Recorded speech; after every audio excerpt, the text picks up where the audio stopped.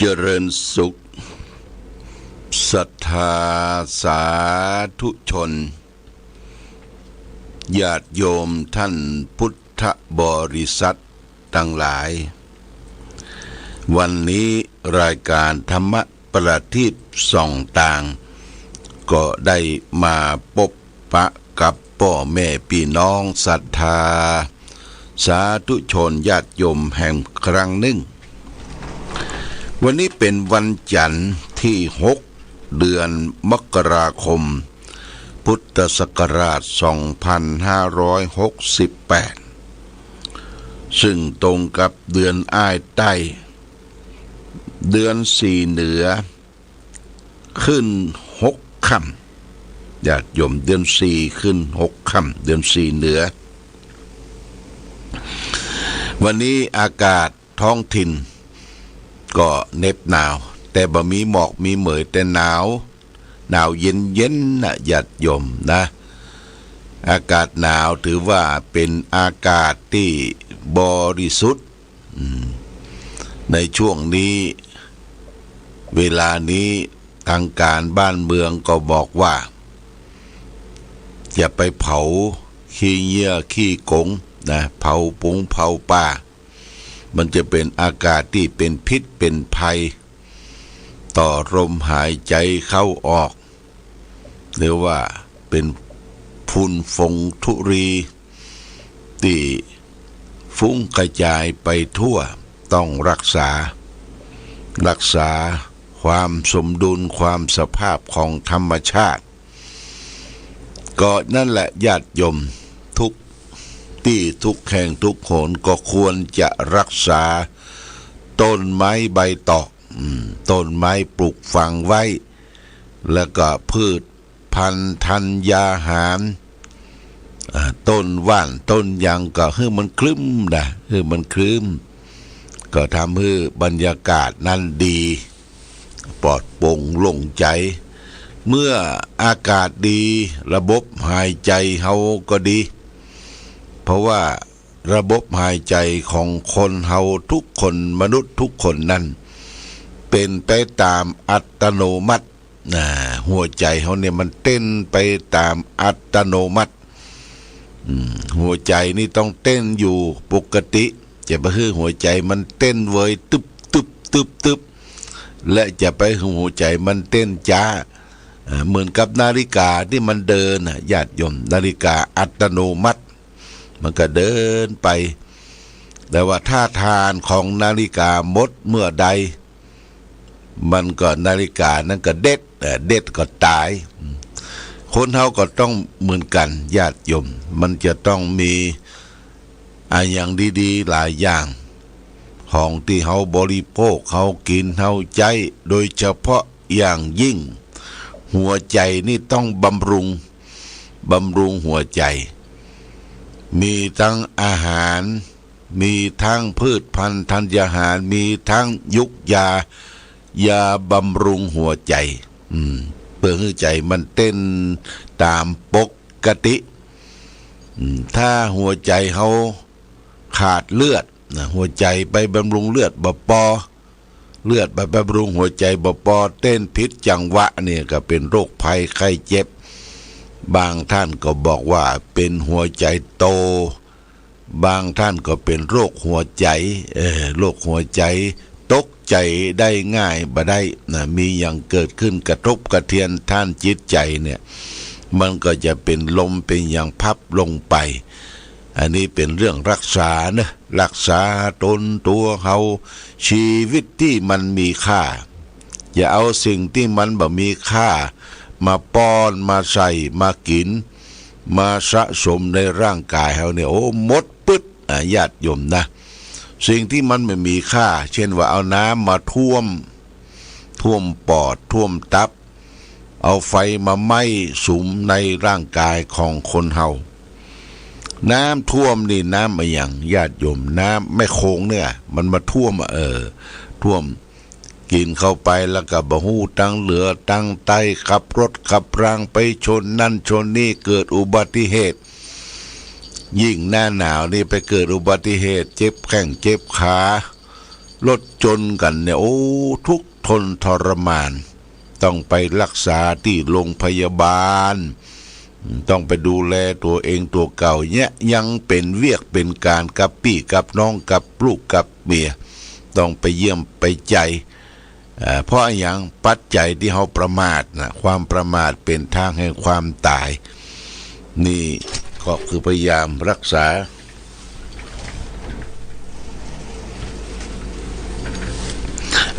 าสุขภาพร่างกายทั้งกายทั้งใจให้ดีอีกประการหนึ่งญาติโยมนะการสะสมคุณงามความดีสร้างให้มันมั่นคงอยู่ในจิตใจเนี่ยเป็นสิ่งที่ควรเสาะแสวงหาเนี่ยร่างกายเฮาเป็นร่างกายที่มันเป็นอัตโนมัติญาติโยมนะอัตโนมัติจิตใจเนี่ยก็คือรักษาจิตรักษาใจจะไปให้มันเต้นเวยจะไปให้มันเต้นจ้ามันเต้นไปตามปกติที่มีก้ามีลากาเหมือนกับนาฬิกาที่มันมีฐานเพราะฉะนั้นฐานมันใกล้จะหมดเราก็ต้องชาติฐานการชาติฐานนั่นก็คือการบำเพ็ญตนเป็นคนดีไหว้พระสวดมนต์เจริญสมาธิภาวนาพัฒนาจิตใจพัฒนาตั้งนอกพัฒนาตั้งในพัฒนาตั้งนอกก็คือร่างกายให้มันเคลื่อนไหวญาติโยมเคลื่อนไหวเดินนั่นเดินนี่ทำงานจิกจิกจอกจอกเอาหญ้าเอากงปลูกต้นไม้ปลูกต้นตอกดูแลอาคารสถานที่บ้านจองของเฮานี่พัฒนาตั้งนอกพัฒนาตั้งในก็คือ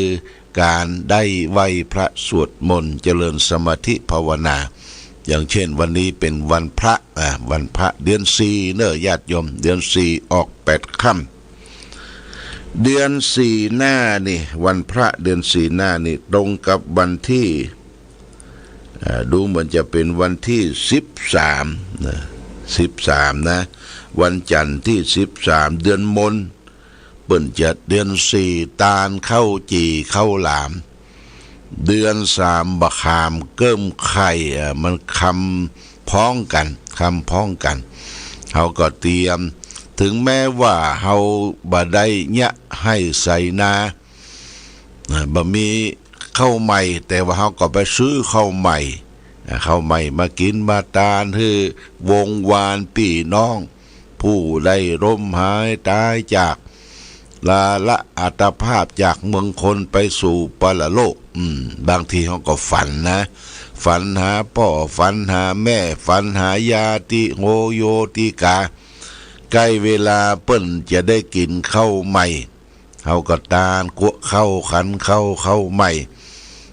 ตามจารีตประเพณีตานเข้าจีเข้ารามมันเปิงเมยแล้วก็ไปที่วัดที่วาตานเข้าจีเข้ารามแล้วก็ไปเผาหลัวหิงไฟพระเจ้าหลัวหิงไฟพระเจ้านั้นมีในสมัยก่อนโบราณแต่ว่าปัจจุบันนี้เขาก็บ่ต้องจำเป็นที่จะไปเสาะไปหลัวไปอย่างบ่ต้องไปมันสมัยปัจจุบันนี้มันเทคโนโลยีมันเจริญเปิ้นมีฮิตถ้ามันหนาวนี่ญาติโยมยังไปประเทศยุโรปประเทศอเมริกาถ้าหนาวนี่เปิ้นจะมีฮิตเนี่ยก็มายังพัดลมร้อนเปิดฮิต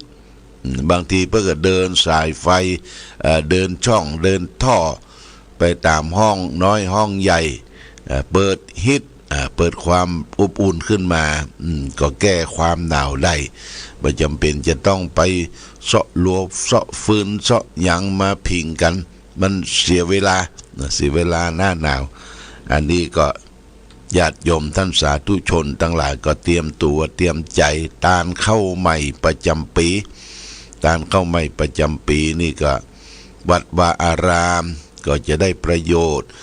ได้ปัจจัยได้เงินได้ทองบำรุงจุนเจือของวัดนั้นที่เขาได้กำหนดกฎเกณฑ์กันไว้อย่างนี้เป็นต้นวันนี้ได้มาพบญาติโยมท่านสาธุชนก็จะเอารักธรรมในพระไตรปิฎก มาอู้จาฝากไว้เป็นข้อคิดแก่ศรัทธาญาติโยม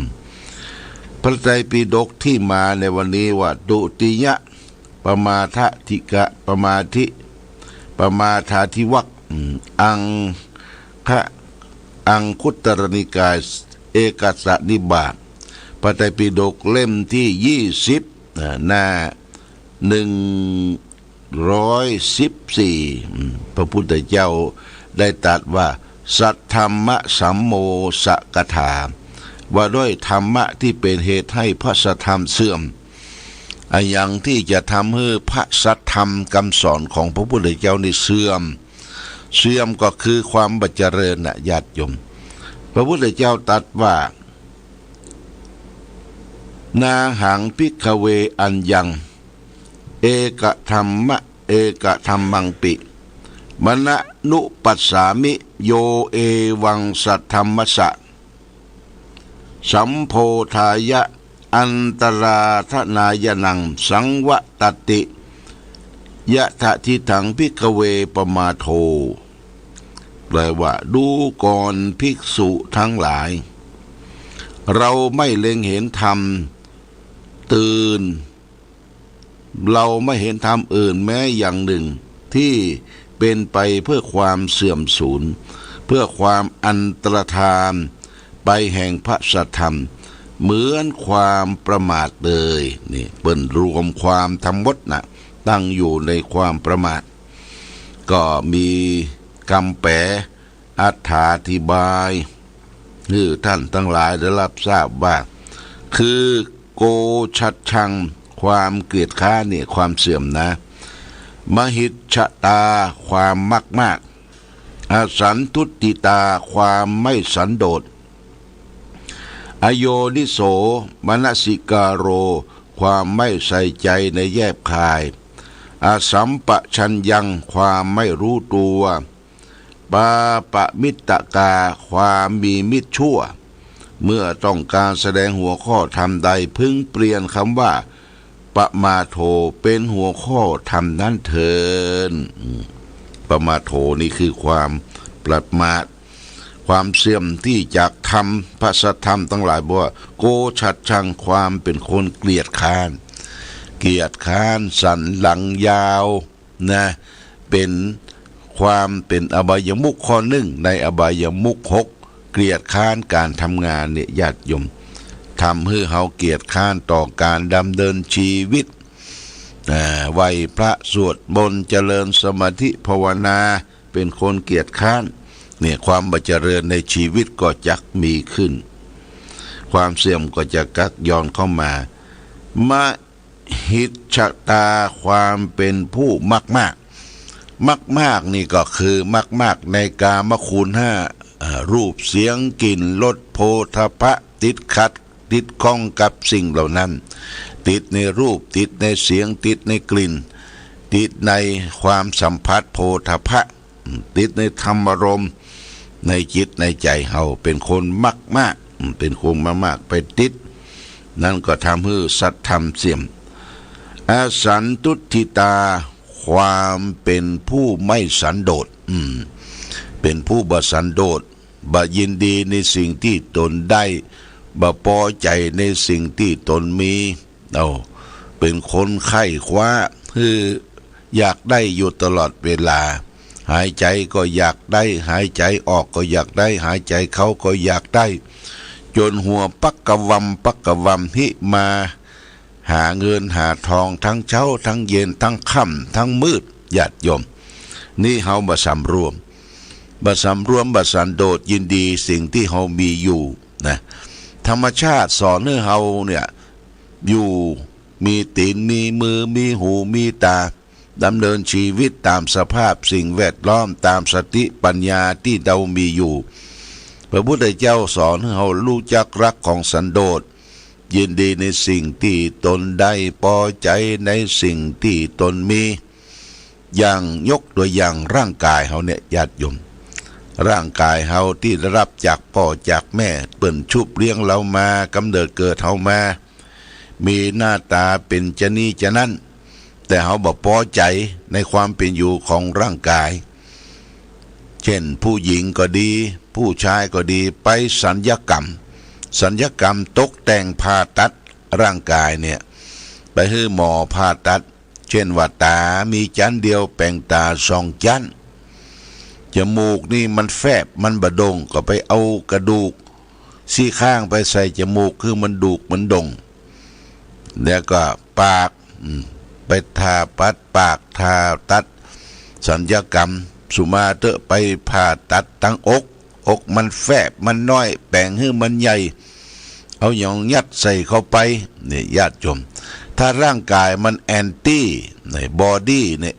บอดี้แอนตี้คือร่างกายมันต่อต้านกับสิ่งที่มันจะมากระทบกับร่างกายมันก็ฟกช้ำแล้วก็เ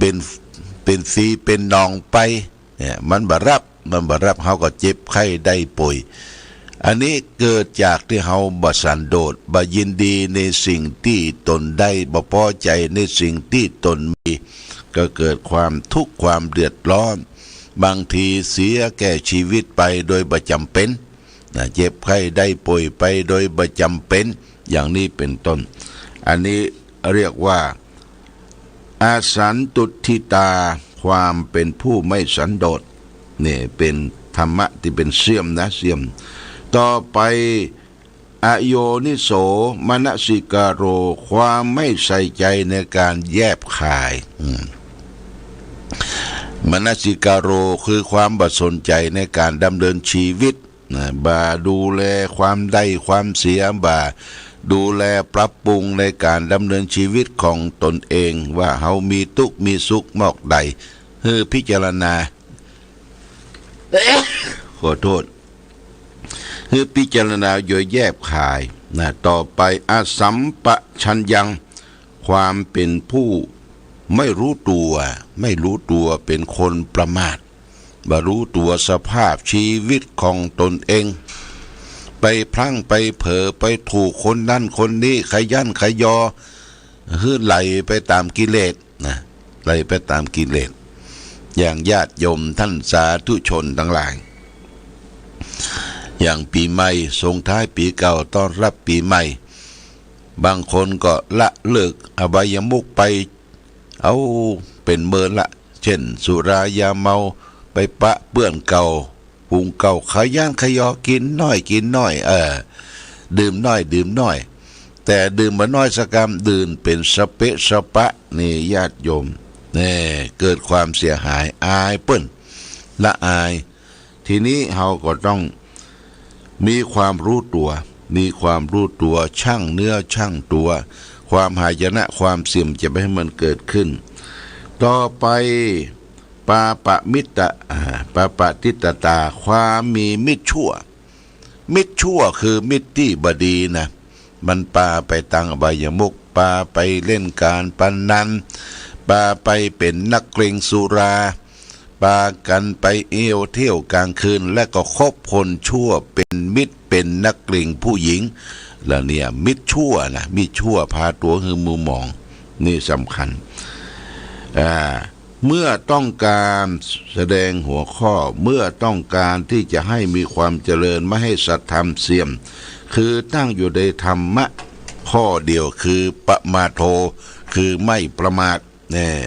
ประมาทเพราะฉะนั้นประมาทเมื่อใดพระสัทธรรมทั้งหลายก็เสื่อมไปสิ้นไปนี่ฝากไว้เป็นหลักคิดคือแก่ญาติโยมท่านสาธุชนทั้งหลายอันนี้วันนี้เป็นวันที่6ย่างเข้ามา6วันปีใหม่ปีมะเสงงูเร็กแล้วก็เดือนใหม่เดือนมกราคมนี่ก็ญาติโยมท่านสาธุชนก็ได้ร่วมขึ้นปีใหม่ปฏิบัติตนปฏิบัติตัวเหี่ยวไม่จะไปให้มันลุละเละจากปีเก่ามาถึงปีใหม่ปฏิวัติตนเองไม่เอากับมึงไม่เอากับมันแล้วนะเป็นอบายมุขต่างๆเป็นนักเลงสุราเป็นนักเลงการพนันคบคนชั่วเป็นมิตรเป็นนักเลงผู้หญิงเที่ยวกลางคืนกูไม่เอากับมึงแหละนะเขาก็ว่าอย่างอีกเพราะว่ากูได้ทำมาเมินความเสียหายเกิดจากกูต้องเอากูเป็นตัวตั้ง ญาติโยมนะอันนี้ต้องระมัดระวังฝากไว้เป็นหลักคิด ญาติโยมท่านสาธุชนทั้งหลายอย่าไปให้ชีวิตตนตัวเฮาเนี่ยตกถึงความหายนะความเสื่อมความเสียความสิ้นไปนี่ฝากไว้ปีใหม่ก็ขอให้ญาติโยมได้ตั้งจิตตั้งใจใหม่ที่เฮาอำนวยอวยพรให้กันกรรมอวยพรถือว่าเป็นกรรมที่สรรเสริญยกย่องเทิดทูนเฮาได้เป็นคนดีอยู่ในสังคมนี้เพราะนั้นความดีเนี่ยรักษาตนตัวไว้รักษาความดีเหมือนเกลือรักษาความเค็มเกลือมันจะอยู่ที่ไหนมันจะต้องมีความเค็มอยู่ป่าอยู่เขาอยู่น้อยอยู่ทะเลก็มีความเค็มถ้าเฮาหมดความดีเกลือนั่นก็หมดสภาพจืดจางไปดีฝากไว้เนอฝากไว้ญาติโยมท่านสาธุชนทั้งหลายได้ประพฤติปฏิบัติเป็นหลักของสัจธรรมความดีเรา